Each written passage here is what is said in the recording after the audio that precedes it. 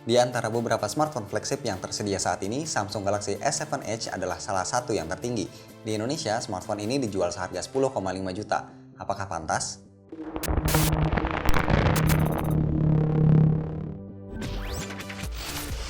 Samsung Galaxy S7 Edge adalah kombinasi Galaxy S6 Edge dan Galaxy Note 5. Pada Galaxy S6 Edge, hanya bagian depannya saja yang melengkung, dan Galaxy Note 5 hanya belakangnya saja yang melengkung. Namun pada Galaxy S7 Edge, bagian depan dan belakangnya sama-sama melengkung, mendongkrak kenyamanan dan sensualitasnya.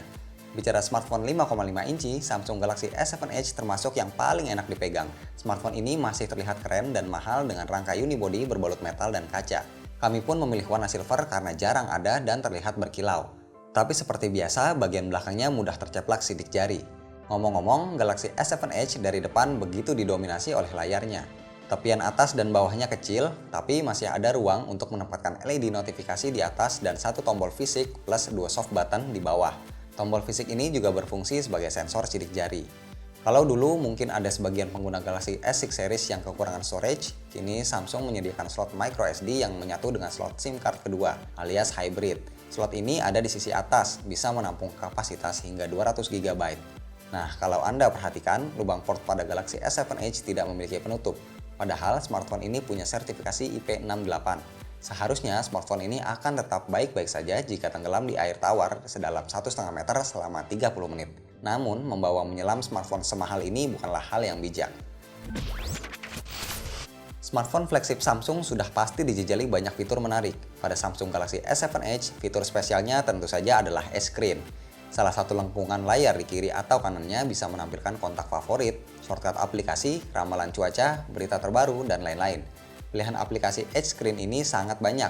Anda bisa mendownloadnya baik yang gratis maupun yang bayar.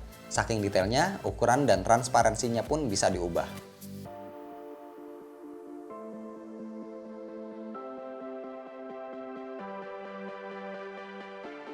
Samsung juga menyematkan fitur baru Always On Display.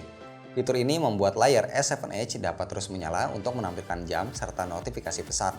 Ketika diaktifkan, fitur ini bisa membuat konsumsi baterai sekitar 30% lebih boros. Selebihnya, fitur andalan seperti split screen untuk menjalankan dua aplikasi bersamaan, fitur gesture, one hand operation, serta pilihan theme dan font tetap ada.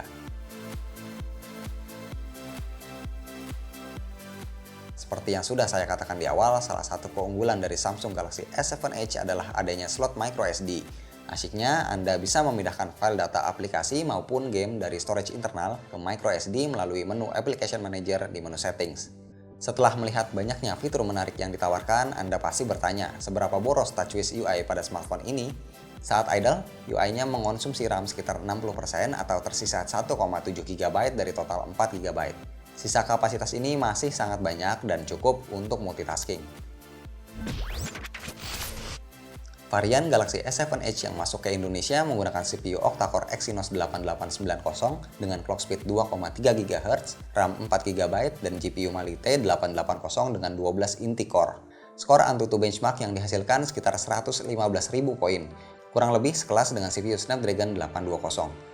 Karena penasaran akan performanya, saya menginstall cukup banyak game HD kelas berat. Game seperti Modern Combat dan Asphalt 8 dijalankan dengan mulus. Begitupun dengan game HD lainnya seperti Sniper Fury, Deus Ex, Cinework, Implosion, atau God Simulator. Seluruh game tersebut berjalan lancar, namun terkadang tidak sempurna di 60 frame per second. Bagi saya, hal ini bisa dibilang wajar karena resolusi layar Quad HD yang digunakannya membuat beban GPU jadi ekstra berat. Tapi bicara layar, jujur saja Anda tidak perlu meragukan kualitas Super AMOLED pada smartphone ini yang terlihat sangat tajam dan cerah dari berbagai sudut, juga saat di luar ruangan. Layar tersebut juga dilindungi Gorilla Glass 4. Apabila Anda pecinta game kelas berat seperti saya, ada fitur baru bernama Game Launcher yang bakal disukai. Saat bermain game, fitur ini bisa menyembunyikan notifikasi telepon dan segala pesan yang masuk sehingga tidak muncul di layar. Game Launcher juga bisa digunakan untuk mengunci tombol back dan recent apps serta mengambil screenshot dan merekam permainan.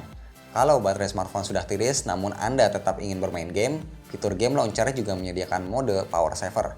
Clock speed prosesor akan diturunkan, resolusi layar lebih rendah, dan frame per second dalam game dibatasi di angka 30 fps. Otomatis bermain game jadi tidak nyaman dan terasa lag. Bicara soal baterai, daya tahan Samsung Galaxy S7 Edge tidak buruk-buruk amat. Saya menggunakannya dengan satu SIM card 4G. Ada 6 media sosial yang aktif, browsing cukup intensif, dan bermain game sekitar 1 jam. Screen on time yang dihasilkan yaitu 5 jam. Baterainya sendiri berkapasitas 3600 mAh dengan fitur fast charging. Baterai ini bisa diisi penuh dalam waktu 90 menit.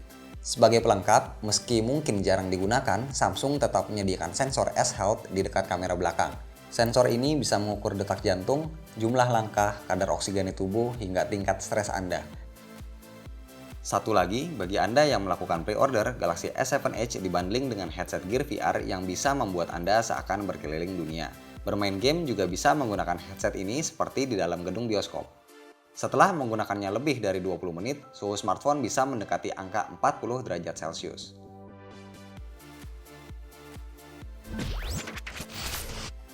Samsung menurunkan resolusi kamera dari 16 megapiksel pada Galaxy S6 menjadi 12 megapiksel pada Galaxy S7 Edge.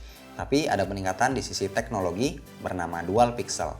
Teknologi ini membuat kamera dapat mengunci fokus objek dengan ekstra cepat seperti ini. Membuka aplikasi kamera dan menjepret gambar pun tidak kalah cepat. Menekan tombol home 2 kali akan mengaktifkan kamera secara instan.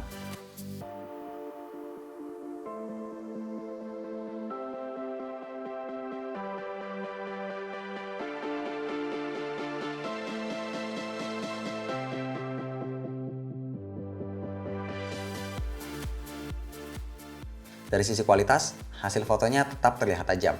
Noise yang dihasilkan pun minim saat memotret di tempat gelap.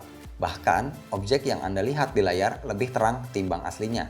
Kamera Galaxy S7 Edge memang bisa menyerap cahaya lebih banyak dari rata-rata kamera smartphone flagship lainnya. Mungkin juga karena bisa menyerap cahaya ekstra banyak, warna yang dihasilkan cenderung agak warm. Merekam video pun hasilnya memuaskan. Pergerakan kamera cukup smooth, perpindahan fokus objeknya tidak kasar. Merekam video menggunakan Galaxy S7 Edge bisa mendukung hingga resolusi 4K dengan 30 fps.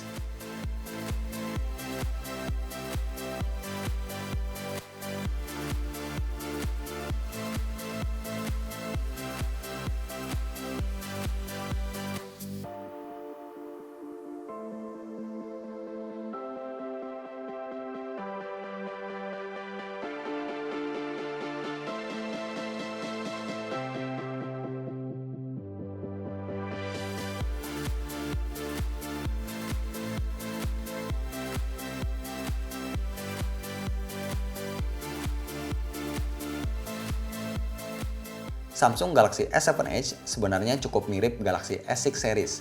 Kalau saat ini Anda menggunakan Galaxy S6, peningkatan yang didapat mungkin tidak akan terlalu terasa. Tapi kalau sebelumnya hanya menggunakan smartphone kelas menengah, maka Galaxy S7 Edge adalah smartphone dengan desain dan performa yang wah yang sangat bisa memuaskan Anda.